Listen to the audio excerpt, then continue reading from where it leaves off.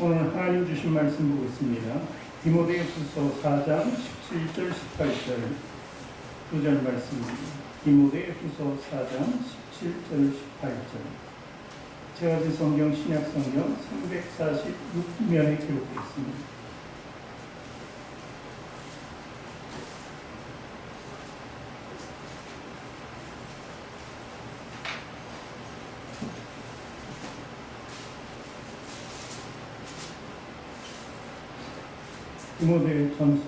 디모데후서 4장 17절 18절 신약성경 346면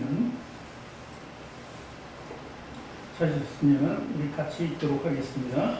주께서 내 곁에 서서 나에게 힘을 주시는 나로 말미암아 선포된 말씀이 온전히 전파되어 모든 이방인이 듣게 하려 하시니 내가 사자의 입에서 건짐을 받았느니라.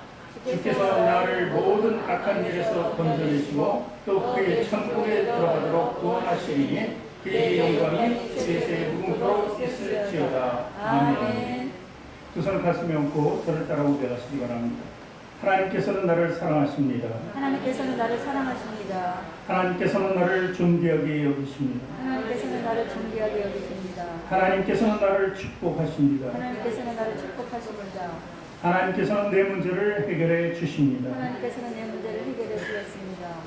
믿음의 고백이 되셨습니까? 아멘. 아멘. 우리 앞뒤 좌우에 계신 분들과 인사합니다. 당신을 사랑하고 축복합니다. 사랑하고 축복합니다. 사랑하고 축복합니다. 축복합니다. 사랑하고 축복합니다. 축복합니다. 축복합니다. 요즘 세태가 그렇게 만만치 않습니다. 코로나19도 전 세계를 휩쓸고 있습니다. 일상이 없어지고 우리 삶이 정말 무너진 것 같은 이런 생활 속에서 좋아요. 우리 모두가 정말 어려운 삶을 살고 있는 것이 분명합니다. 예전에 우리 그리스도인들, 택한 백성들이라고 하죠. 성민이라고 합니다. 하나님께서 선택한 민족, 이렇게 해서 이스라엘을 얘기하는데 선택한 백성들, 그래서 성도, 크리스찬이라고 이렇게 얘기합니다. 이 성도들, 이 택한 백성들이 범죄하고 타락함으로 말미암아 하나님을 떠난 것이죠. 그러므로 말미암아 많은 공경에 처한 것을 볼 수 있습니다. 성경에는 그런 일들이 많이 있는데 특히 하박국 선지자, 다윗의 왕국에 이제 솔로몬을 통해서 이제 무너지기 시작합니다. 나라가 둘로 분열되고 먼저 북이스라엘이 멸망을 당하고 그 다음에 남유다가 계속해서 이제 멸망을 당하게 됩니다. 이것이 모두 선택된 백성이었는데도 불구하고 하나님을 떠났기 때문에 이거는 이해한 겁니다. 그래도 이 선지자들은 하나님 믿는 믿음 하나로 살았습니다. 그래서 하박국 선지자 같은 경우에는 지금부터 2600년 전이죠. 그러니까 이스라엘에 완전히 그 멸망한 그 시대에 살았던 인물입니다. 그는 이렇게 얘기합니다. 하박국서 1장 2절 3절에 보니까 여호와여 내가 부르짖어도 주께서 듣지 아니하시니 어느 때까지리이까 내가 강포로 말미암아 외쳐도 주께서 구원하지 아니하시나이까. 3절에 보니까 어찌하여 내게 죄악을 보게 하시며 폐역을 눈으로 보게 하시나이까. 겁탈과 강포가 내 앞에 있고 변론과 분쟁이 일어났나이다. 이렇게 고백하고 있습니다. 나라의 멸망을 두고 이 선지자의 외침인 것이죠. 어찌하여, 그리고 또 언제까지, 왜 언제까지 이런 일들이 계속 지속되게 됩니까? 그리고 이런 일이 왜 일어나냐고 Y라는 질문, 이 두 가지 질문을 하나님께 드리고 있는 선지자의 모습을 볼 수 있는 것입니다. 당시 살려달라고 그렇게 부르짖어도 하나님께 부르짖는 것이죠. 그리고 우리가 지금 폭력에 의해서 지금 무너지고 있습니다. 여러분, 그 외침이 있어도 하나님께서 응답하지 않고 그 무너짐의 세태는 계속 지속되고 있는 그 상태에서 하박국은 정말 안타까운 모습으로 하나님께 간하고 있었다는 것이죠. 이 시대도 마찬가지입니다. 이 시대는 점점 암울해져 가고 있습니다. 여러분, 지금 시대가 너무 우리에게 힘들게 다가오는 것이죠. 우리 삶이 무너지고 있다는 것은 정말 우리에게는 큰 아픔이 아닐 수 없는 것입니다. 하박국 선지자의 외침처럼 언제까지 이렇게 계속될 것인가? 그리고 이런 일들이 왜 1년이 되도록 이렇게 고통받고 있는 우리 백성들 하나님께서 보지 않으시냐는 것이죠. 그런데 그럼에도 불구하고 우리가 믿을 것은 하나님이에요. 하나님 말씀이라는 거예요. 예수님께서 우리를 위로하기 위해서 그런 말씀을 주셨죠. 마태복음 5장 4절에 보니까 애통하는 자는 복이 있나니 그들이 위로를 받을 것이라고 이렇게 말씀하셨어요. 오직 어려운 상황 속에도 암울한 상황 속에서 오직 볼 것은 우리 주님밖에 없다는 것을 이야기하는 것입니다. 애통한다. 너무 슬퍼서 통탄해야 하지 않는 그런 모습을 보는 것입니다. 이렇게 애통하는 사람은 과연 누구입니까? 바로 경건한 자, 우리 믿는 백성들입니다. 크리스천들이 더 안타까운 모습으로 하나님께 간구하고 있는 것을 우리는 볼 수 있습니다. 우리가 애통하며 그리고 슬픈 것을 참지 못하고 이렇게 가난한 모습은 우리 능력이 없기 때문에 우리가 무능한 존재라는 것을 얘기할 수밖에 없는 것입니다. 하나님께서는 우리 부족함 그리고 우리 연약함, 우리 내려놓음을 보시기를 원하십니다. 바닥까지 가는 우리 모습 속에서 오직 주님의 때를 기다리는 성도의 모습을 보는 것입니다. 우리는 우리 때에 맞춰서 살아가고 있어요. 우리가 빨리 속히 이 문제가 해결되게 해달라고 우리 때를 만들고 있어요. 그러지 않고 하나님의 때를 묵묵히 기다리는 믿음을 가져야 돼요. 오직 우리 기도로 우리 안타까운 현실을 하나님께 선포할 그런 신앙생활을 할 수밖에 없다. 그런 모습으로 믿음을 지키어야 한다는 것을 우리는 얘기하는 거예요. 우리 성도들의 안타까운 현실, 정말 하나님이 계시는 것인가? 계시다면 어디에 계실까? 왜 응답하지 않으실까? 이런 것 간혹 질문하게 됩니다. 알면서도 그렇게 스스로 외칠 때가 많죠. 그러나 우리가 알면서라는 그 단어는 하나님 분명히 계시다는 겁니다. 그냥 우리가 한번 때를 써보는 그런 모습이죠. 그런데 오늘 사도 바울은 오늘 말씀을 통해서 뭐라고요? 내 곁에 계신다. 주님은 내 곁에 계신다. 이렇게 간단하게 정의하고 있는 것입니다. 하나님은 어떤 분이신가? 고통과 우리 슬픔 속에서 과연 어떻게 대처하고 계신 분인가? 그것을 사도 바울이 오늘 본문을 통해서 보여주는 겁니다. 첫 번째로 하나님은 어떤 분이신가? 주님은 늘 우리 곁에 계시는 분이라는 겁니다. 제가 조영기 목사님 명설교를 이제 가끔 듣는데 그 설교를 듣는 중에 이런 이야기를 해주시더라고요. 그 젊었을 때 이렇게 많이 전도자로서 이렇게 다녔잖아요. 그 어느 집에 가니까 아주 무식한, 배우지 못하고 잘 모르는 사람이 있어요. 그 여자분이 그러는 거예요. 하나님 나라가 어디 있어요? 하나님은 어디 계신 거예요?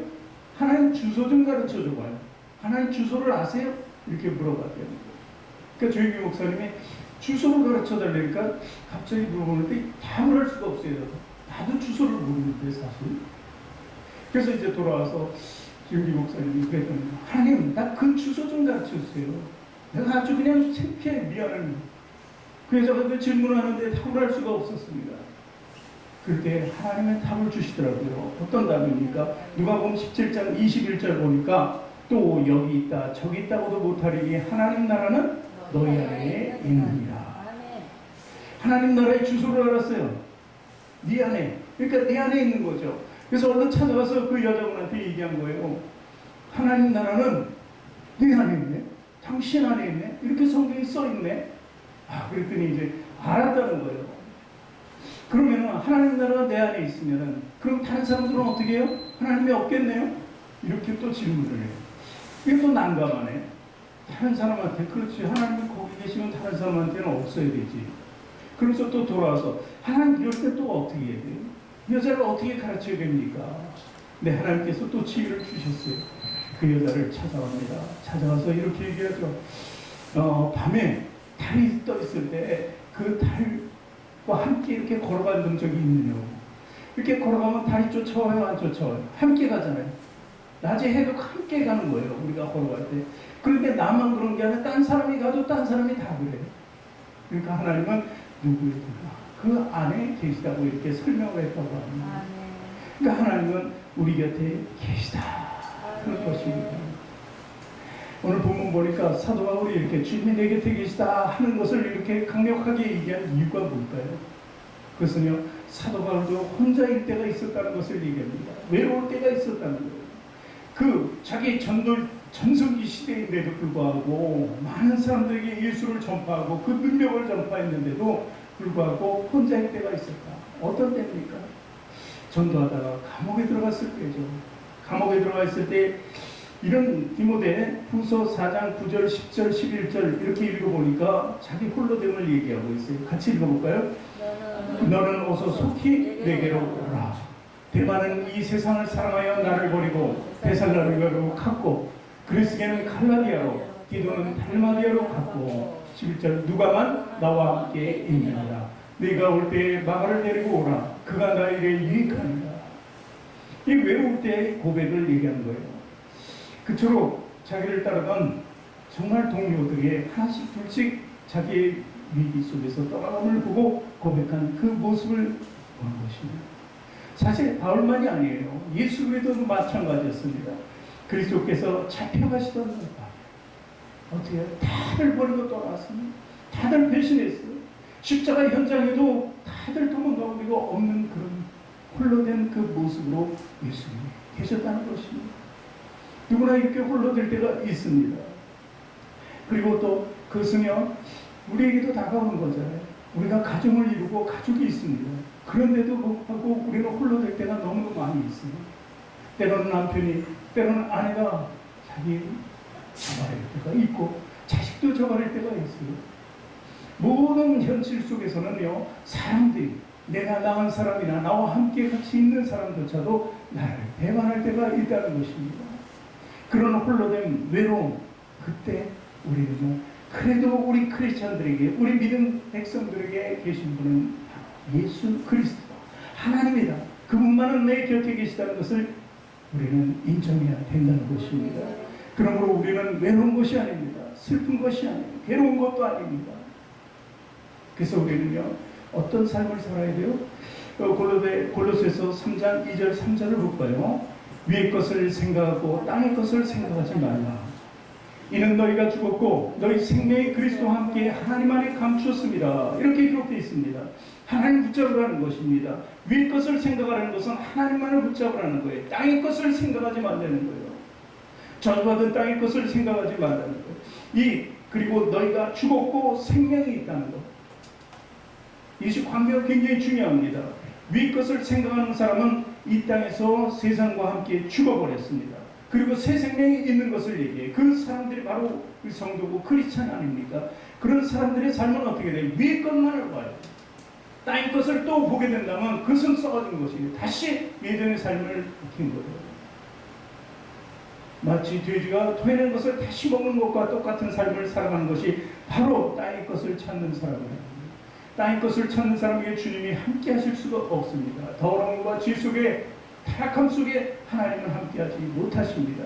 이렇게 돌이켜서 그 위의 것을 생각할 때 생명을 가지고, 그리고 우리가 죽었을 때 세상에 대해서 그럴 때 하나님이 우리 곁에 계십니다. 그래서 예수님은 우리에게 임마누엘로 다가오십니다. 임마누엘의 뜻이 뭐예요? 주님이 함께 하신다, 이 말씀이라는 거예요. 예수님은 우리와 함께 하시기 위해서 이 땅에 사람의 모습으로 태어났어요. 하나님 중에 한 분이신데도 그렇게 살아서 3년 안에 공생의 사역을 모든 인류를 위해서 일하는 모습을 보여주었고, 그리고 마지막에는 십자가의 형을 당하신 것입니다. 이렇게 주님께서 하나님이 내어주신 그런 모습으로, 버려진 모습으로 이 땅에서 살다가 죽었잖아요. 우리 죄로 인해서 죽었다는 거예요. 그러나 그분은 마지막에 부활로 우리에게 정말 가장 우리의 화려한 인생의 모습을 같이 살 수 있다는 것을 보여주시고, 하늘나라에 올라와서도 우리를 위하여 집을 예비하시는 분이라는 겁니다. 그러니 그분이 함께 하시고 우리야 늘 동행하신다는 것입니다. 이런 멋진 삶을 살아가는 것이 바로 크리스찬인 것을 믿으시기 바랍니다. 두 번째는 어려움 당할 때 그때도 주님은 우리 곁에 계시다는 것입니다. 독일 태생의 미국의 신학자 폴 틸리라는 사람이 있습니다. 그 사람은 이렇게 고통의 깊이는 진실의 깊이를 향하는 유일한 문이라는 거예요. 고통이 없이는 진실을 다가갈 수 없다는 거예요. 우리가 고통이 없이는 하나님을 만날 수 없다는 거예요. 그분의 사랑을 더 깊이 체험하려면 우리는 더 고통 속에 빠져야 된다는 것을 얘기하는 것입니다. 그리고 폴리틸리는 이런 얘기도 해요. 하나님께서 우리를 깊은 물로 빠지게 하시는 것은 우리를 죽게 하기 위해서가 아니라 우리를 깨끗이 씻기 위해서라는 거예요. 그러니 하나님, 그분이 우리 함께 하시라는 것입니다. 오늘 본문에 보니까 사자의 그리고 악한 일이라는 것, 사자의 입에서도 어떻게 다시 한번 읽어볼까요? 본문이요. 4장 17절 주께서 내 곁에 서서 나에게 힘을 주시면 나로 말미암아 선포된 말씀이 온전히 전파되어 모든 이방인이 듣게 하려 하시니 내가 사자의 입에서 건짐을 받았느니라. 많은 사람들이요, 오늘 17절 말씀에 사자의, 당시에 그리스도인들이 잡혀가면 처형당할 때 사자가 하고 있어요. 사자. 그런데도 주님께서는 자기가 할 일이 있기 때문에, 하나님 일을 하고 있기 때문에 그 사자의 입에서 지켜줬다고 이렇게 얘기하는 것입니다. 18절에 뭐예요? 주께서 나를 모든 악한 일에서 건져내신다. 그러면서 사자의 입과 악한 일에서도 우리를 보호해 주신다는 것을 성도들에게 보여주고 있는 것입니다. 그것은요, 우리 길이 어디 있기 때문에 그래요. 천국의 길이 있기 때문에. 천국에 가도록 만들기 위해서 모든 것을 보호해 주시고 지켜주신다고 이렇게 얘기하는 것입니다. 인도에 성자 선다싱이라는 사람이 있습니다. 인도에 성자가 있다는 게 참 그렇죠. 거기는 힌두교, 뭐 이슬람 이런 것이 팽배해 있습니다. 그래서 예수 믿는다는 것이 이 선다싱이 살아있을 때만큼 용납이 되지 않았습니다. 그가 이제 성자의 삶을 살았던 건 그래도 예수 믿고 구원받고 그 예수를 전파하는 데 있었습니다. 그러다가 그는 거기에 의해서 잡혀 들어가죠. 전파할 수 없는 데 했으니까. 잡혀 들어갔는데 감옥에서 또 전도하고 있는 거예요. 그냥 옆에 붙은 사람만 있으면 예수를 전파하는 거예요. 그래서 이제 괘씸하니까 못하도록 해서 감옥에 넣었는데 또 하고 있으니까 혼자 독방에 아주 아무런 데 보낸 거예요. 거기는 정말 거머리가 있어서 거머리가 살을 파고 들어가는데도 불구하고 움직이도 못하고 꼼짝없이 그 안에 예전에 사도 바울 모습처럼 이렇게 있었던 것입니다. 그런데 그가 할 수 있는 게 뭐예요? 사도 바울처럼 찬양하는 거예요. 계속해서 찬양하는 거예요. 행복한 모습이에요. 남들 볼 땐 저게 고통의 현장인데 그 고통의 현장 속에서 그는 행복하면서 찬양하고 있다는 거예요. 얼마나 기뻐하는지 몰라요. 그러니까 그것을 본 간수들이 더 화가 나는 거예요. 안 되겠다. 그냥 내보내요. 꺼져버렸다는 거예요. 그렇습니다. 사도 바울도 어떻게 해요? 그 옥에서 훈련을 받았잖아요. 이렇게 우리는요, 주님이 함께 하신다는 것을 믿어야 돼요. 혼자가 아닙니다. 우리 묶여있는 게 아니에요. 속박되어 있는 것이 아닙니다. 포로된 자를 자유케 하시는 예수님의 그 능력으로 우리는 자유하다는 거예요. 비록 사람의 눈에는 혼자 있고 애처로 보이고 불쌍해 보일지 몰라도 우리는 그렇죠. 우리는 기쁨의 현장에 있는 것입니다. 날마다 이 땅의 삶이 고통의 삶이고 정말 괴로움의 삶일지 몰라도 우리에게 하나님 계심으로 말미암아 우리는 행복과 기쁨을 누릴 수 있게 된다는 것입니다. 언젠가는 우리가 가야 할 곳이 어디에? 천국이기 때문에, 하나님 나라이기 때문에. 그래서 우리는요, 그리스도 때문에 받는 고난을 행복한 고난이라고 이렇게 해요. 사실 우리 교회가 이제 이전을 해야 되는데 정말 어려운 시기에 이전을 해요. 그렇지 않습니까? 이 코로나 때문에 정말 어려운 시기에 이전을 하게 되었어요. 여기 와서 교회를 세울 때는 당시 여기에 보증금 말고 이 권리금이라고 하죠. 시설비로 빌라 한 채를 제가 주고 들어왔어요. 근데 나갈 때는 그냥 다 포기해야 돼요. 오히려 이전비가 지금 상당히 많이 들게 생겼어요. 철거도 해줘야 되고. 어쨌든 그렇지만 주님이 함께 하십니다. 그래서 이전에도 주님의 목적이 있을 거라. 그래서 옛 것을 생각하지 않습니다. 다 포기한 거잖아요. 주님을 위해서 한 거잖아요. 그건 아무것도 아니에요. 앞으로가 더 중요해요. 그래서 지금 어렵지만 우리가 정말 단결해서 하나님의 뜻을 이루어가는 성도들이 되어야 돼요. 아름답게, 여기보다 더 아름답게 성경을 옮겨서 예배드리며 이제 또 다른 새로운 방향을 제시하는 하나님과 함께 그 지역에서 정말 하나님을 해야 된다는 것입니다. 우리 주님께서 우리 함께 하심을 믿기만 한다면 무엇이든지 가능한 거예요. 하면 된다는 것이죠.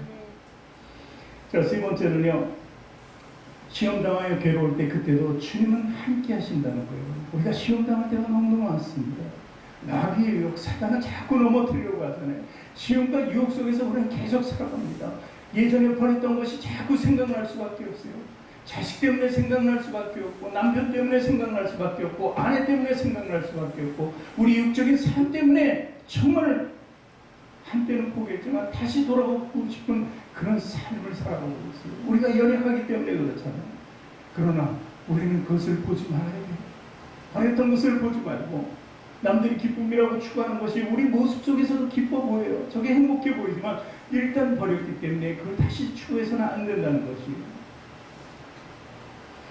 어떤 사람이 임금한테 찾아왔습니다. 임금님, 내가 살아가면서 시험을 당하지 않으려면 어떻게 해야 됩니까? 이렇게 물어봤습니다. 그러니까 임금님이 방법을 가르쳐 줍니다. 그러면은 내가 잔을 하나 주겠다. 그리고 잔에다 기름을 가득 채워주겠다. 이제 그 잔을 들고 네가 저 시장 어디 거리에 나가서 그 거리를 한 바퀴 돌고 돌아와라. 그 잔을 들고 기름이 차 있는데, 근데 그 기름이 흘려져서는 안 됩니다. 절대 흘리지 말고 돌아올 때까지 그대로 그 모습 그대로 오라는 거예요. 임금님의 명령이니까 할 수 없죠. 그리고 네 뒤에는 칼을 든 군사 한 명을 붙여가지고 만에 기름을 흘리거나 그러면은 그 자리에서 너를 처단해버릴 것이다. 이렇게 얘기합니다. 그러니까 임금님의 명령대로 이제 잘 채워서 나갑니다. 나가서 거리를 한 바퀴 쫙 돌고 돌아왔습니다. 다행히 흘리지 않았어요. 그리고 돌아왔어요. 임금님이 칭찬합니다. 정말 잘했다. 정말 잘했다.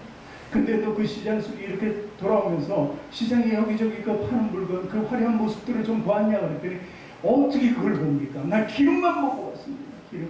그걸 볼 겨를이 어디 있습니까? 자칫하면 내가 죽음을 당하는데. 그랬다는 얘기예요. 시험 당하지 않으려면 왜 것을 보면 안 돼요. 주님의 영광 외에는 우리가 봐서는 안 된다는 것을 얘기하는 것입니다.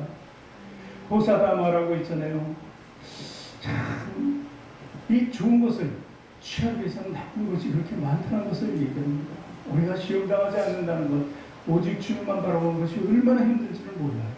그러나 좀 전에 예화처럼 우리는요, 시험에 빠지게 되고 유혹에 빠지게 되면 어떻게 해요? 뒤에 있는 군사가 칼로 때려칠 수밖에 없는 거예요. 죽임을 당할 수밖에 없다는 것을 이야기하는 것입니다. 그래서 우리는 신실한 믿음 속에 있어요. 그 믿음 속에 있으면 사탄이 아무리 강교하게 다가와도 우리는 무너지지 않습니다. 죄를 지라고 유혹해도 이미 거부한 죄에 대해서 들어가지 않게 된다는 것입니다. 하나님과 절대 멀어질 수 없는 것이 바로 성도의 삶인 것이죠. 에베소 3장 12절에 보니까 우리가 그 안에서 그를 믿음으로 말미암아 담대함과 확신을 가지고 하나님께 나감을 얻느니라 해요. 믿음이라는 게 뭐예요? 지금 말씀대로 담대함, 확신, 하나님께 나아감이라는 거예요. 그래서 믿음이 우리에게는 절실한 것이죠. 성도들은 어려움과 그리고 낙심, 절망 이런 모든 단어들을 제할 수 있어야 되는 거예요. 왜냐하면요, 주님께서요 사도 바울을 통해서 우리에게 의미심장한 말씀을 주었어요. 그 말씀이 뭐예요? 고린도전서 10장 13절 말씀입니다. 같이 크게 읽을까요? 사람이 감당할 시험 밖에는 너희에게 당한 것이 없나니 오직 하나님 믿으사 너희가 감당치 못할 시험 당함을 허락지 아니하시고 시험 당할 즈음에 또한 피할 길을 내사 너희로 능히 감당하게 하시느니라. 하나님께서 뭐예요? 피할 길을 내주신다는 거예요. 그 다음에 능히 감당하게 하신다는 거예요. 이것을 믿는 믿음이 있어야 되는 거예요. 믿음은요, 피할 길을 내고 감당하게 해준다는 것을 의미하는 것입니다. 사도 바울이 온갖 고초를 겪었어도 그것을 이겨낼 수 있는 것은 바로 주님께서 내 곁에 계시다 하는 것이죠. 우리가 지금 코로나 때문에 여러 가지 그 믿음이 흔들리는 사람들이 많이 있습니다. 대형교회나 작은 교회도 마찬가지입니다. 코로나 때문에 예배가 온전케 되지 못하잖아요. 나라의 선법으로 단계를 조성해가지고 이 단계에서는 안 되고 저 단계에서는 온라인으로 예배를 드려라. 전부 다 절제를 시키고 있습니다. 거기다가 믿지 않는 가족들, 믿지 않는 이웃들이 그렇게 얘기하잖아요. 코로나 때는 좀 피해서 가지. 그때는 나오면 안 돼. 그냥 거기서 걸리면 큰일 나잖아. 이런 식으로 얘기해요. 그래서 합리화시켜서 딸이 어머니를 못 가게 붙잡아요. 가지 마요. 코로나 걸리면 어떻게 해요? 이런 생각이. 근데 어제 보니까 700명 교회에 3명의 확진자가 계속 예배를 드렸는데도 불구하고 그 외에는 아무도 확진된 사람이 없다는 거예요. 나머지는. 왜 그래? 마스크를 잘 썼기 때문에. 지금 그 뉴스는 칭찬하는 거예요, 교회를. 이렇게 마스크만 잘 끼고 있으면 옆에 확진자가 있어도 거리를 두고 있는 상태이기 때문에 절대로 옮겨지지 않는다, 전파하지 않는다, 이렇게 얘기하는 거예요. 그러므로 우리가 하나님 앞에서 또 우리가 세상적인 것이지만 그래도 지킬 것은 잘 지켜내면 하나님께서 모든 것을 보호해 주신다는 것을 의미하는 것입니다. 절대 합리화에 넘어가지 마세요. 그런 것에 빠져서는 안 된다는 거죠. 그것이 바로 시험과 유혹이라는 것입니다. 시편 23편 4절에 다윗의 위대한 고백이 있잖아요. 같이 읽습니다. 내가 사망의 음침한 골짜기로 다닐지라도 해를 두려워하지 않을 것은 주께서 나와 함께 하십니다. 주의 지팡이와 막대기가 나를 안으신다는 거예요. 하나님께서 반드시 우리를 지켜주신다는 거예요. 특히 우리가 복음을 전파할 때, 하나님이 일할 때 더욱 주님은 함께 하신다는 거예요. 더 우리에게 뜨거운 능력을 보여주시는 그 예수님이 함께 하신다는 거예요. 마태복음 28장 20절, 마태복음의 마지막 거의 마지막입니다. 거기에 뭐라고 해요? 내가 너희에게 분부한 모든 것을 가르쳐 지키게 해라. 이것이 뭐예요? 분부한 모든 일이 뭐입니까? 하나님의 일이에요. 복음을 전파합니다. 우리가 헌신하는 것, 그리고 전도하는 이 모든 것이 다 우리 주님께서 분부한 일이라는 것입니다. 그러면 볼지어다 내가 세상 끝날까지 너희와 항상 함께 있으리라 하시리라. 이 예수님의 마지막 말씀이에요. 야곱은 어떻습니까? 야곱은 누구를 대표합니까? 야곱이 누구를 대표해요? 이스라엘을 대표하죠. 이름이 이스라엘이죠. 이스라엘이라는 말은 과연 무슨 말이에요?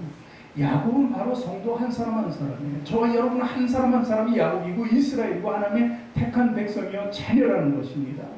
근데 야곱도 내가 너와 함께 하신다고 해요.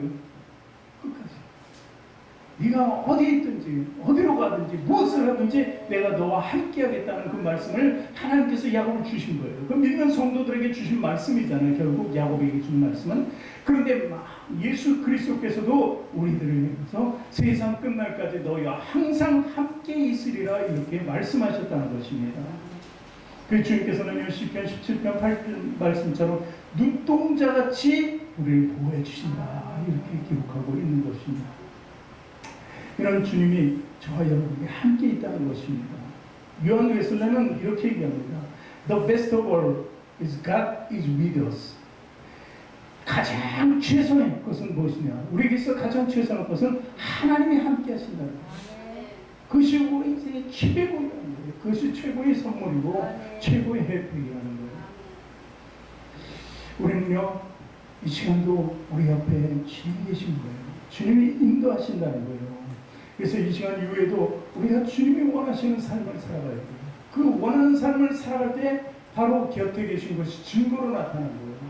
내가 스스로 할 수 없어요. 주님께서 나와 함께 하심으로 말미암아 그 명령을 하셨을 때 분부한 것을 그대로 우리가 지켜 행할 수 있게 되는 거예요. 주님이 없으면 가식적인 거예요. 그건 전부 외식적인 거예요. 바리새인들과 서기관들이 그렇게 시간 맞춰서 예배하는 것 같지만 다 가식적이고 외식적인 거예요. 왜냐하면 주님이 계시지 않으니까.